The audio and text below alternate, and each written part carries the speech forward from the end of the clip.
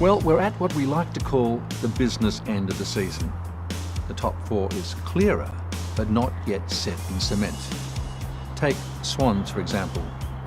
Last week's capitulation, is there any other word, clearly has our commentators worried. Next week, East Fremantle play Swans. Correct. At East Fremantle Oval. Correct. Swans are going, I badly. reckon. Swan Districts, the wheels just seem to have come off at the moment.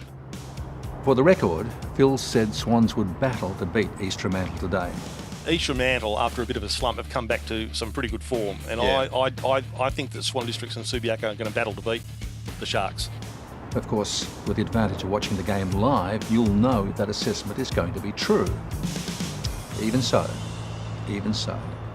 there are still some questions we can ask of the Black Ducks. Oh, no, look, I believe it was a good game. I was listening to it on the radio. Andy Holmes, Swans Premiership player and Vice President, wasn't at that game. Lucky, you might say. But he's a dad with a footballer's son, so there was another legitimate call on his time.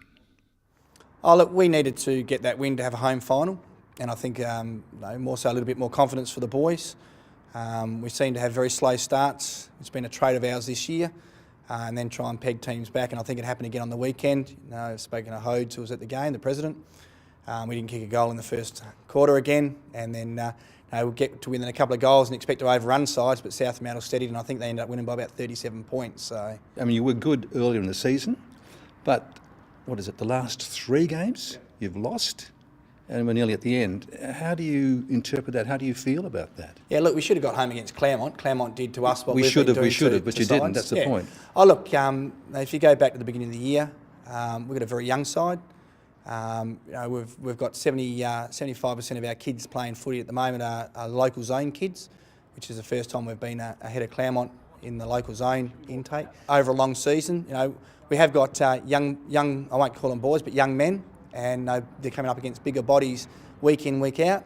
We had a bit of a surprise packet start to the year, and we got a run on, and everyone was up and about.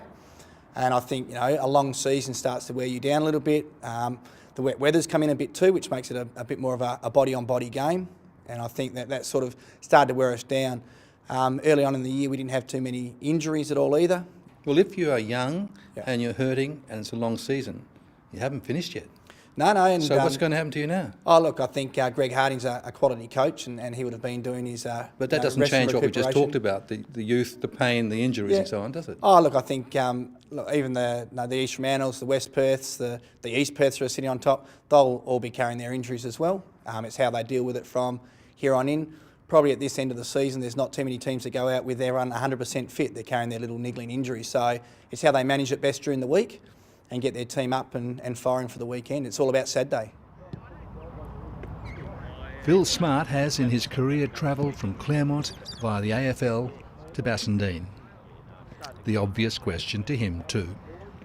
What did I think of the game last week? Well, really disappointing. Play a team that's below us on the ladder and Double the score. Yeah, 2 games to go and put in a performance like that was really disappointing. How did it happen? How did it happen? If I knew that, I'd be a millionaire. But Well, you must be thinking about how it I happened. know we've thought about it. We've got selection tonight. Yeah. How it happened? Look, there's a number of reasons. Maybe the blokes might have been looking too far forward to the finals. Maybe they didn't show South Fremantle enough respect. Or South they're too Fremantle young played. and they're too battered? Oh no, South Fremantle played a couple of young boys up from their Colts Okay. team that run us so ragged. it's not youth? No, South's played 2 boys in that game that'll go and play in the Colts finals, and they made our blokes look second rate. So Let's hope that second-rate look is temporary.